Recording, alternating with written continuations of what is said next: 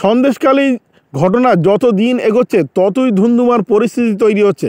একদিকে 144 ধারার অজুহাত দেখিয়ে বিভিন্ন নেতা মন্ত্রীদের প্রবেশ করতে নিষেধ দেওয়া হচ্ছে, বিভিন্ন জায়গায় আটকে দেওয়া হচ্ছে। আজকে গিয়েছিল অধীর রঞ্জন চৌধুরী, তাকে আটকে দিয়েছে এবং তিনি কি জানিয়েছেন সব বিস্তারিত জানাবো। আপনারা দেখছেন top Barasat news YouTube channel. বিজেপির পর এবার কংগ্রেসের নেতা অধীর চৌধুরীকেও সন্দেশখালীতে যেতে বাধা দিল পুলিশ। শুক্রবার বহরমপুর থেকে সন্দেশখালীর উদ্দেশ্যে রওনা হয়েছিলেন প্রদেশ কংগ্রেস সভাপতি, তার সঙ্গে ছিলেন আরও অনেক কংগ্রেস নেতা কর্মীরা। এদিন সরবেরিয়া থেকে হেঁটে সন্দেশখালী যাওয়ার পথে এগোচ্ছিলেন তিনি, আর রামপুরের কাছে পৌঁছানোর পর তাদের পুলিশের তরফে জানানো হয় সন্দেশখালীর দিকে আর এগোতে পারবেন না। এদিন বিজেপির প্রতিনিধিদের মতো অধীর চৌধুরীকেও রামপুরে আটকে দেওয়া হয়েছিল। সন্দেশখালীর বিভিন্ন এলাকায় 144 ধারা জারি রয়েছে, সেই কারণেই সেখানে কোনো রাজনৈতিক দলের প্রতিনিধিদের যেতে দেওয়া হচ্ছে না বলেই জানিয়েছিল পুলিশ। প্রতিবাদে রাস্তায় বসে পড়েন কংগ্রেসের নেতারাও, ব্যারিকেড করে তাদের আটকে দেওয়া হয়। পুলিশের সঙ্গে বস্তায় জড়িয়ে পড়েন অধীর রঞ্জন চৌধুরী সহ একাধিক নেতাকর্মীরা। এদিন পুলিশের উদ্দেশ্যে অধীর রঞ্জন চৌধুরী বলেন, আমরা মারামারি করতে এখানে আসিনি, রাস্তায় ব্যারিকেড দিয়েছেন কেন, আমাদের আটকানো হচ্ছে কেন?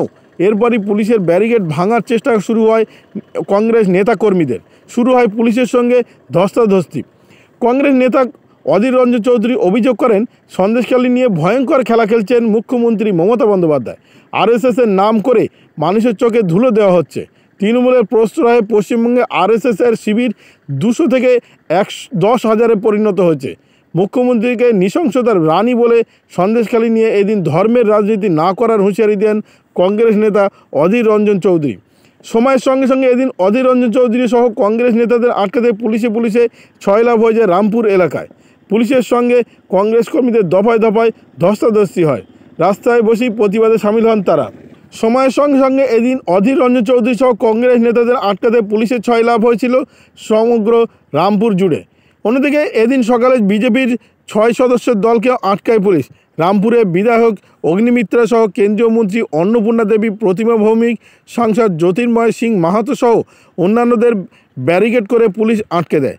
পুলিশের সঙ্গে বিজেপি নেত্রীদের ধস্তাধস্তিও হয়। রামপুরের রাস্তায় বসে তারা প্রতিবাদ করেন। অন্যদিকে হাইকোর্টে একটি জনস্বার্থ মামলা হয়েছে সন্দেশখালীতে কেন্দ্রীয় বাহিনী মোতায়েনের আর্জি নিয়ে। সন্দেশখালীতে মোতায়েন করা হোক কেন্দ্রীয় বাহিনী, এই আর্জি জানিয়ে শুক্রবার কলকাতা হাইকোর্টের দৃষ্টি আকর্ষণ করেছেন আইনজীবী সংযুক্তা সামন্ত। জনস্বার্থ মামলা দায়ের করার অনুমতি চেয়েছিলেন তিনি। এদিন আদালত সংযুক্ত আর্জি জানান, সন্দেশখালী এলাকার পরিস্থিতি নিয়ন্ত্রণে দ্রুত সিআরপিএফ বাহিনী মোতায়েন করা হোক। মামলায় দায়ের করার অনুমতি দিয়েছেন বিচারপতি জয়মাল্য বাগচির ডিভিশন বেঞ্চ। আগামী সোমবার মামলাটির শুনানি হওয়ার সম্ভাবনা রয়েছে। গত শুক্রবার নতুন করে উত্তপ্ত হয়ে উঠেছে সন্দেশখালী। ওই দিন রাস্তায় নেমে বিক্ষোভ করতে থাকেন কয়েকশো মহিলা। সন্দেশখালী থানা ঘেরাও করেন তারা।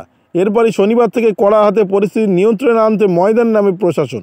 জারি হয়েছে বিভিন্ন জায়গায় 144 ধারা। যদিও হাইকোর্টের নির্দেশে গোটা সন্দেশখালীতে তা খারিজ করে নির্দিষ্ট 19টি জায়গায় 144 ধারা জারি করা রয়েছে। এরই মধ্যে শুক্রবার বিজেপির ফ্যাক্ট অ্যান্ড ফাইন্ড কমিটিকে সন্দেশখালীতে ঢুকতে বাধা দেয় পুলিশ।